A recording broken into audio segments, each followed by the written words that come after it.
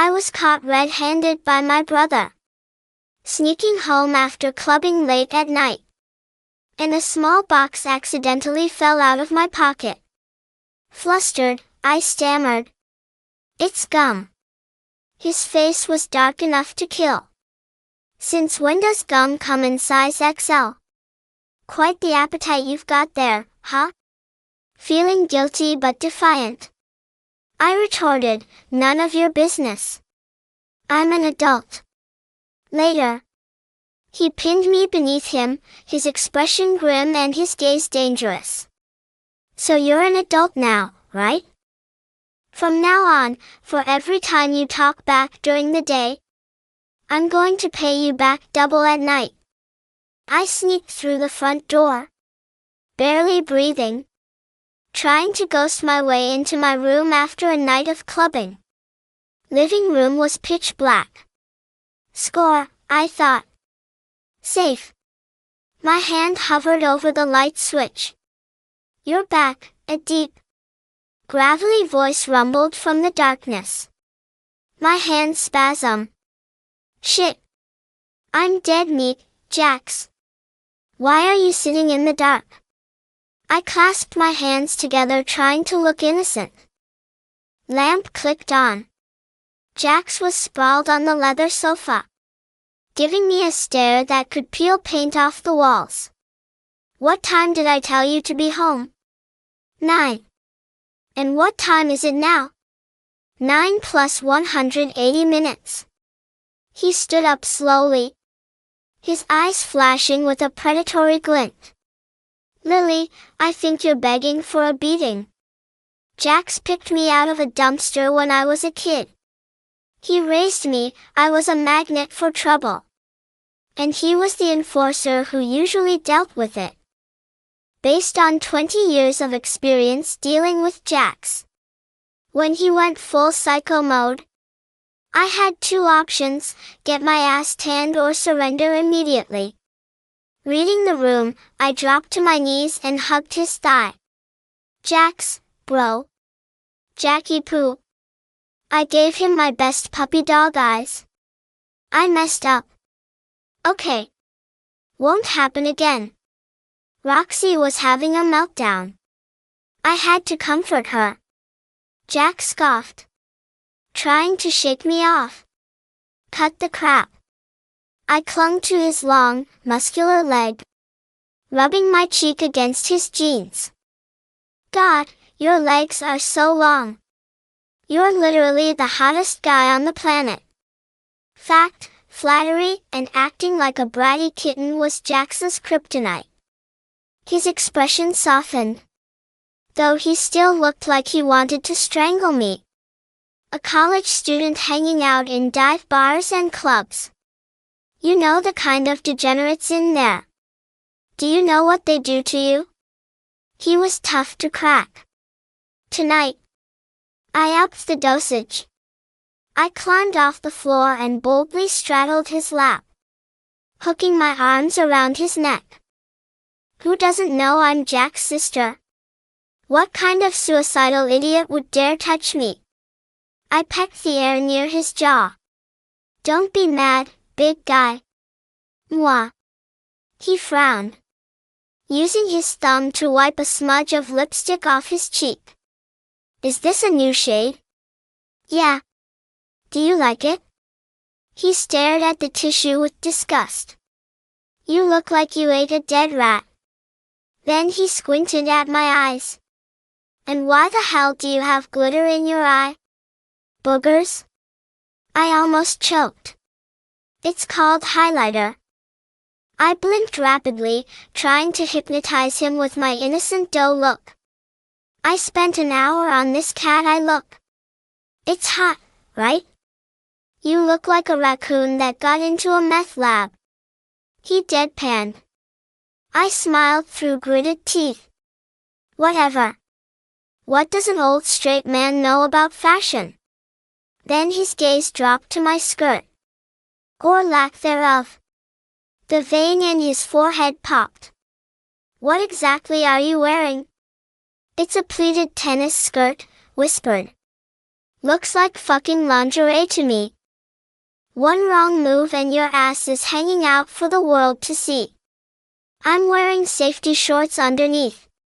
Don't talk back, Jax roared, his patience snapping.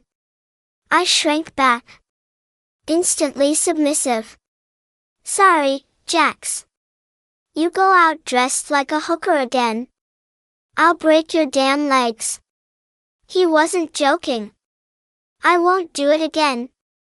I swear. I wiggled on his lap, nuzzling his neck to calm him down. Don't be mad, okay? Please, Jax. Stop squirming. His voice suddenly dropped an octave, his breathing turning heavy. Please, he shoved me off his lap abruptly.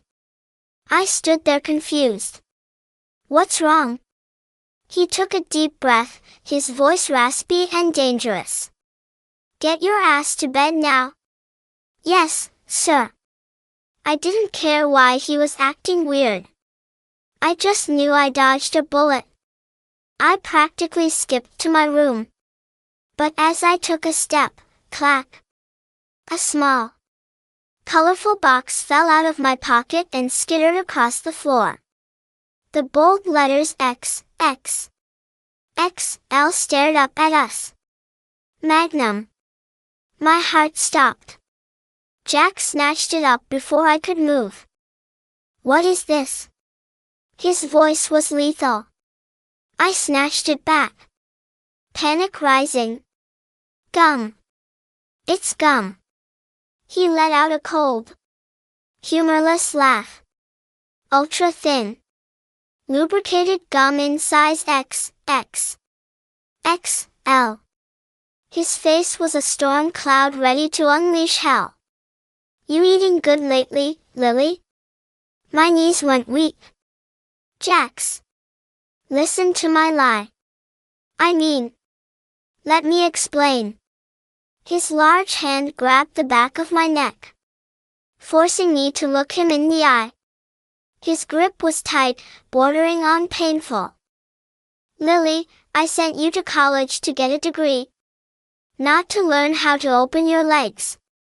Open my legs. The insult stung. I tried to pry his fingers off. Let go of me. You're hurting me. I was humiliated and angry. I'm an adult. Why do you always have to control me? Other girls my age were getting engaged. I couldn't even text a boy without a background check. Why? Jax looked like he wanted to burn the world down. Because I own you. I raised you. Just because you raised me doesn't mean you can insult me. Tears pricked my eyes.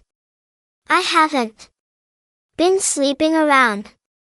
He lowered his gaze, his intensity frightening. Then who is this for? Who are you planning to use it on? You. I mumbled. Head down. Jax froze. His brain short-circuited.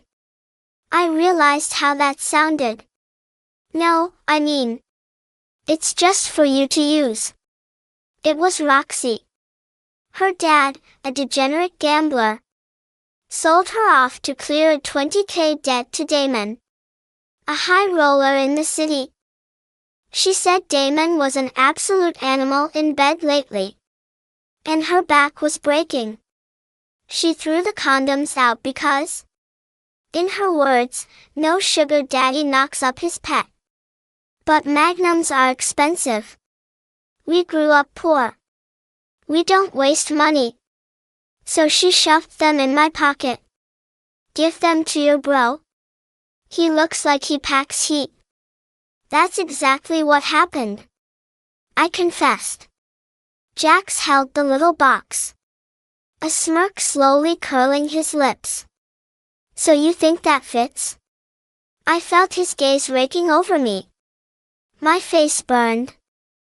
Well, no fat during puberty. Over 6'2". High nose bridge, prominent Adam's, apple.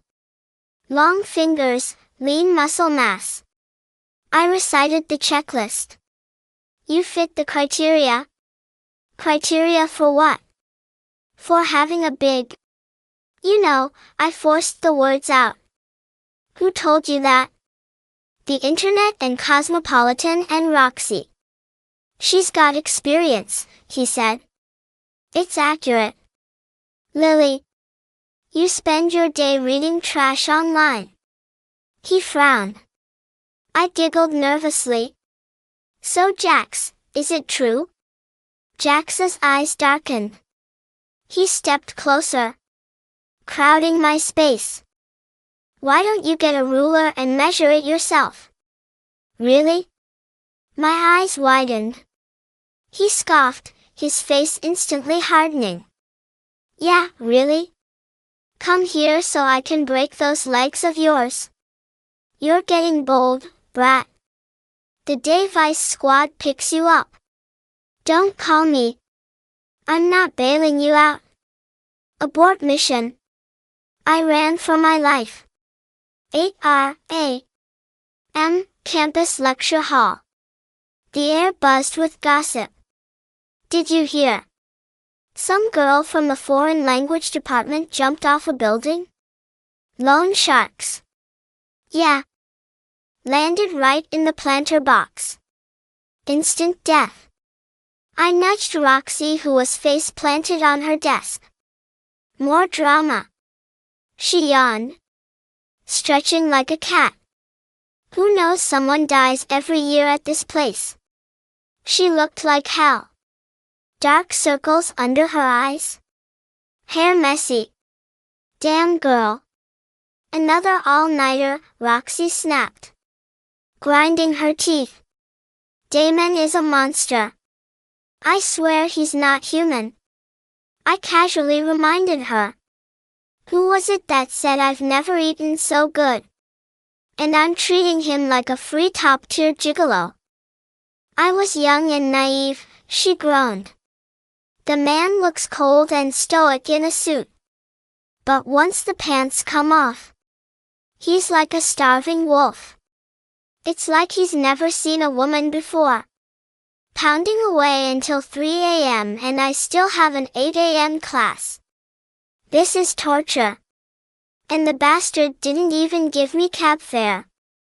I had to ride a city bike here. Your brother is better. I want to be your sister-in-law. I stared at her. When did you go blind? Jax is terrible. I listed his crimes. I literally have to beg for allowance like a peasant. I practically kneel and call him daddy just for lunch money. And he's always threatening to break my legs.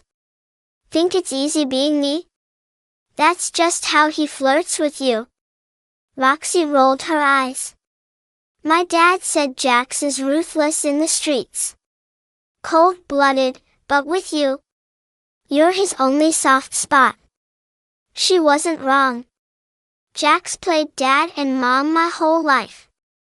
Jax was an orphan raised by his grandma. He found me in a trash heap behind a motel when he was 6. We were broke. He begged neighbors for goat milk just to keep me alive. Grandma died when he was 15. Since then, it's just been us against the world. We got bullied in school for being poor. Dirty kids. But Jax, he fought like a demon. He didn't care if he died.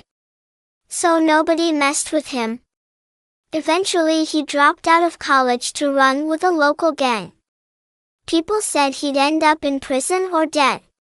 Instead, he became the boss. Back in high school, boys tried to ask me out. Jack shut that down. He threatened to break my legs and the guy's legs, so we could date in matching wheelchairs. He'd pick me up from school, glaring daggers at any male with a pulse. Now the whole city knows I'm Jack's sister, the Grim Reaper's little girl. Nobody with a brain dares to look at me. So I'm a 20-year-old virgin who hasn't even held hands. Except with Jax. Of course. If I'm miserable, he has to suffer too. Jax is undeniably hot. Women throw themselves at him. I chase them all away. Honey, listen. My brother grinds his teeth. Ignores foreplay, has Ed, and practically beats me. Save yourself. If I can't date, neither can he. I'll wait him out. He's older. He'll die first. Hey, speaking of, Roxy perked up. I overheard Damon on the phone with Jax yesterday. Something about don't let Lily know. Is he seeing someone he wouldn't dare? I slammed my hand on the desk. If Jax is dating behind my back, he's dead. If Jax is dating behind my back, he's dead, I seethed, my knuckles turning white as I gripped my pen. Roxy snickered, picking at her chipped nail polish. Relax, Tiger. Maybe he's just, I don't know, buying you a surprise gift. Or maybe he's planning a hit. With Jax, it's 50-50. A hit? I scoffed. Please. Jax hasn't done anything gangster in years. He runs a logistics company now. Legit business. Taxes and everything. Right, Roxy drawled, skepticism dripping from her voice. Because logistics companies need armed security and encrypted phones. I ignored her. My mind was racing. Don't let Lily know. What was he hiding? Was it a woman? Was it debt? Was it something worse? That night, I decided to play detective. I waited until Jax was in the shower. I crept into his room, my heart pounding like a drum. His phone was on the nightstand. Password? Simple. My birthday. I scrolled through his messages. Nothing. Clean as a whistle. No, baby, no, honey, no suspicious late-night texts. Just boring logistical updates. Shipment arrived at Dock 4. Manifest cleared. Meeting with Councilman Hughes at 10 a.m. I frowned. Maybe Roxy misheard.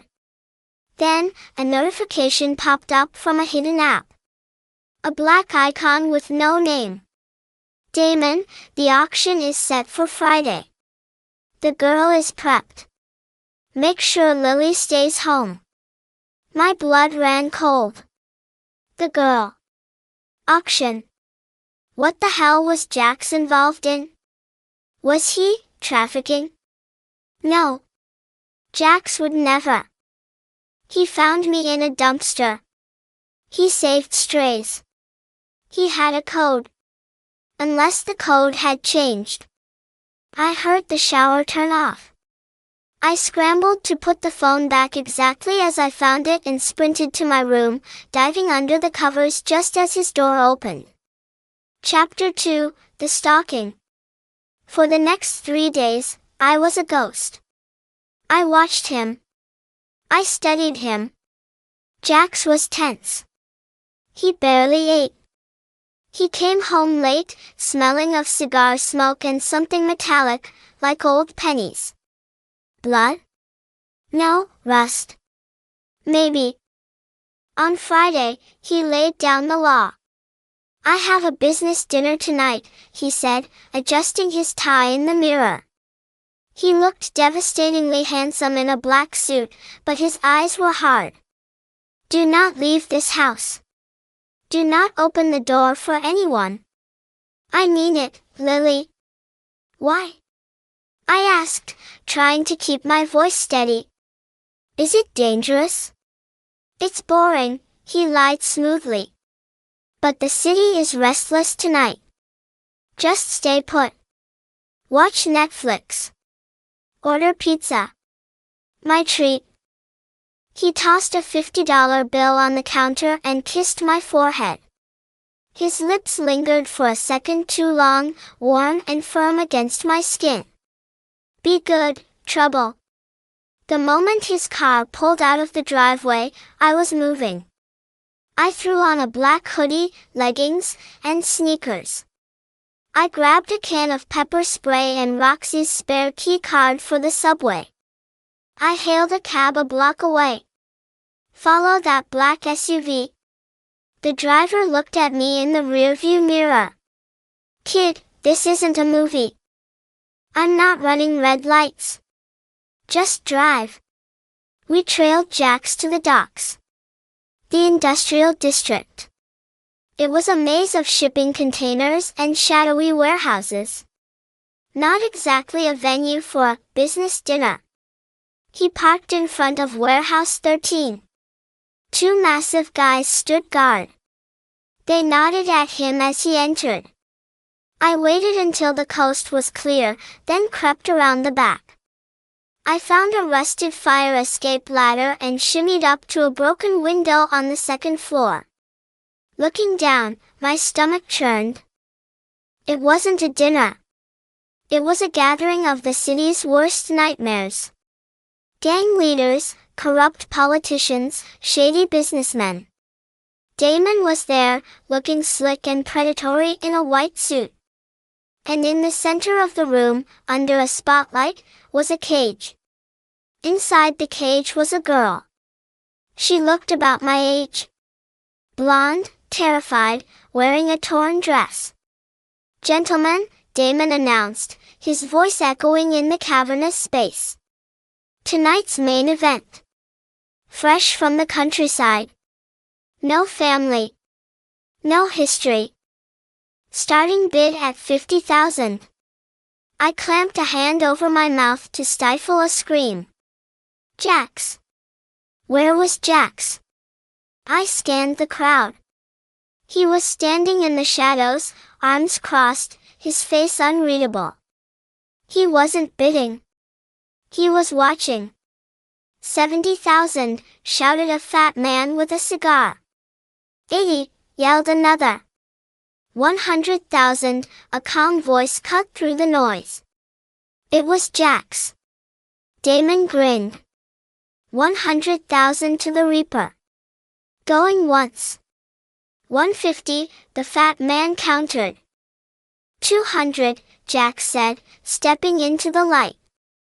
And if anyone bids against me, I'll consider it a personal insult. The room went silent. Nobody wanted to insult the Reaper. Sold. Damon banged a gavel. To Jax. I felt sick. My brother, my hero, he was buying a human being. For what? To use her? To sell her? I scrambled down the ladder, tears streaming down my face. I ran until my lungs burned, until I found a bus stop, until I was safe in my room, buried under my blankets, shaking uncontrollably. Chapter 3, The Confrontation. When Jax came home 3 hours later, I was waiting in the living room. The lights were on. He walked in, loosening his tie. He looked exhausted. You're up late, he muttered. Where is she? I asked, my voice trembling. Jax froze. Who? The girl. The girl you bought. Is she in the trunk? Is she in the basement? Are you going to keep her next to the old gym equipment? Jax's eyes widened. Lily, were you following me? I saw everything. I screamed, standing up. I saw you bid on her. $200,000. Is that what I am to you? An investment? Did you pick me out of the trash because you thought I'd be worth something someday? Stop, Jax growled, stepping forward. Don't touch me. I backed away, knocking over a lamp. It shattered. You're a monster. You're just like them. Lily, listen to me. No. I'm leaving. I'm going to the police. I turned to run, but he was faster. He caught my wrist and spun me around, pinning me against the wall. His body was a wall of heat and muscle. You are not going to the police, he hissed, his face inches from mine. Because if you do, that girl dies. I blinked, confused. What? Damon isn't selling girls for fun, Lily. He's selling them to the cartel. If I didn't buy her, she would be on a boat to South America by morning. I bought her to save her. I stared at him. Save her? Yes. She's currently at a safe house with Mrs. Higgins, getting a hot meal and new clothes. Tomorrow, she gets a fake ID and a bus ticket to her aunt in Montana. The fight drained out of me. My knees buckled. Jax caught me, holding me up against his chest. You saved her? I whispered into his shirt. Of course I did, he murmured, resting his chin on my head. What did you think I was doing? Building a harem? I didn't know. I saw the cage. I thought. I told you, he said softly. The world is dark, Lily. I do what I have to do to keep the lights on. I pulled back to look at him. His eyes were tired, haunted. Why didn't you tell me? Because I didn't want this world to touch you. I wanted you to worry about lipstick and exams and annoying brothers. Not human trafficking rings. He sighed, wiping a tear from my cheek with his thumb. But you're too curious for your own good. Just like when you were a kid. I'm sorry, I sniffled. Don't be sorry, he said, his gaze dropping to my lips. Just, don't ever put yourself in danger like that again. If Damon had seen you. A shadow passed over his face. A terrifying, violent shadow. If anyone touches you, Lily, I will burn this city to ash. The intensity in his voice made my breath hitch. It wasn't just brotherly protection. It was possession. It was obsession. And God help me, I liked it. Chapter 4, The Line Crossed. The dynamic shifted after that night. The secret was out. I knew who he was. I knew what he did. And instead of pushing me away, it pulled us closer. I started helping him. Not with the dangerous stuff, but with the logistics. I organized his legitimate files. I tracked shipments. I became his shadow. But the tension between us was growing. It was a physical thing, thick and heavy in the air. One rainy Tuesday, I was in his office, sorting paperwork. He was on the phone, arguing with a supplier. I said no delays, he shouted, slamming his hand on the desk. He hung up and ran a hand through his hair. He looked stressed. Jax, I said softly. Come here. He looked at me. What? Sit. He sat in his leather chair. I walked behind him and started massaging his shoulders. His muscles were rock hard, knotted with tension. You need to relax, I whispered. He groaned, leaning his head back against me. Easier said than done. My hands moved to his neck, then his scalp. I ran my fingers through his dark hair, scratching lightly. Is that better? I leaned down, resting my chin on his shoulder. My cheek brushed his. You know, I said, my voice barely audible. You never did pay me back. He opened his eyes. Pay you back for what? For talking back. Remember? You said for every time I talk back during the day, you'd pay me back double at night. He stiffened. He turned his chair around so we were face to face. I was standing between his legs. "Lily," he warned, his voice low. "Don't play games you can't win." "I'm not playing," I said. I felt bold. Reckless. Maybe it was the rain. Maybe it was the adrenaline of the last few weeks. I straddled his lap, just like I had that night in the living room. But this time, I didn't wiggle. I pressed myself against him. "I'm an adult, Jax.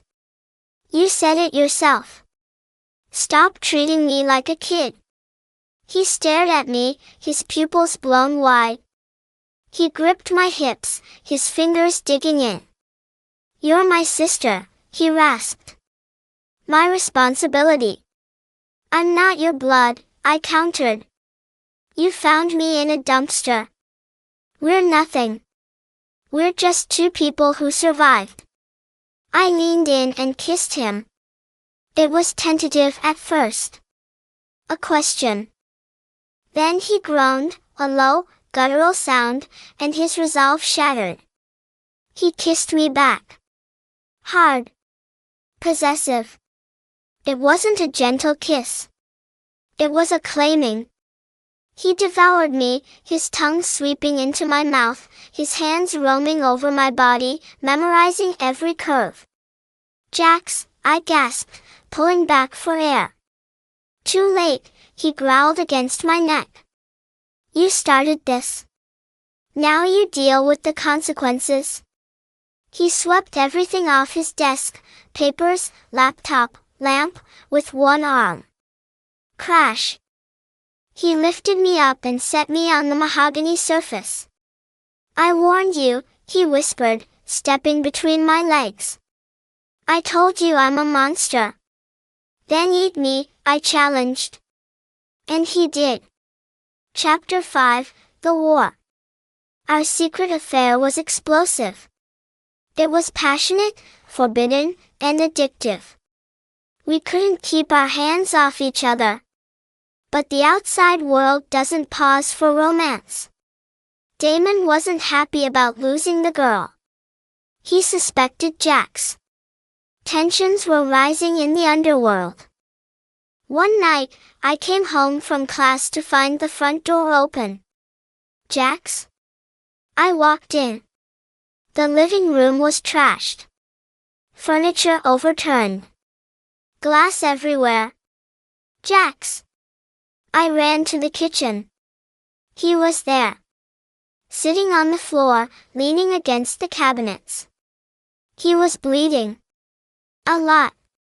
A gunshot wound to his shoulder. "Lily," he wheezed. "Run." "No." I dropped to my knees, ripping off my shirt to press against the wound. "Who did this?" "Damon," he coughed. "He knows. He knows about the girl. He knows about you." "Me?" "He knows you're my weakness. He's coming for you." Sirens wailed in the distance. "We have to go," Jax said, trying to stand. "Safe house." I helped him up. We stumbled out the back door just as black SUVs pulled up to the front. We spent 3 days in a cabin in the woods. I stitched him up, thank you, YouTube tutorials and shaking hands. I nursed him back to health. And I realized something.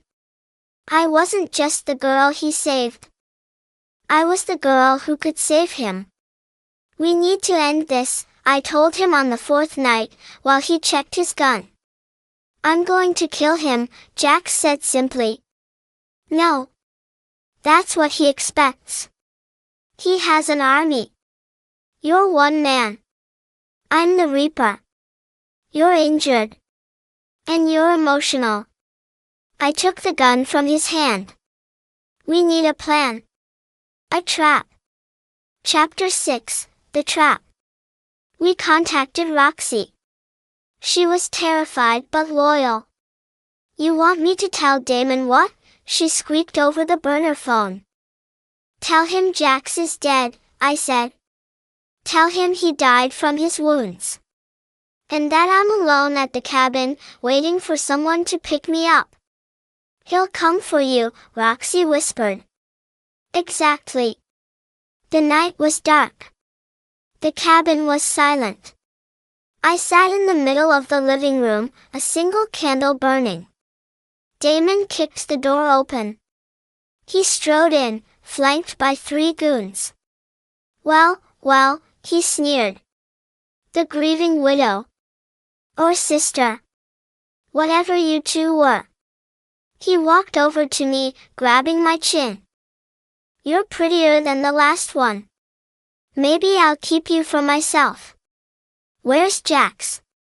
I asked, my voice trembling perfectly. Rotting in hell, I assume.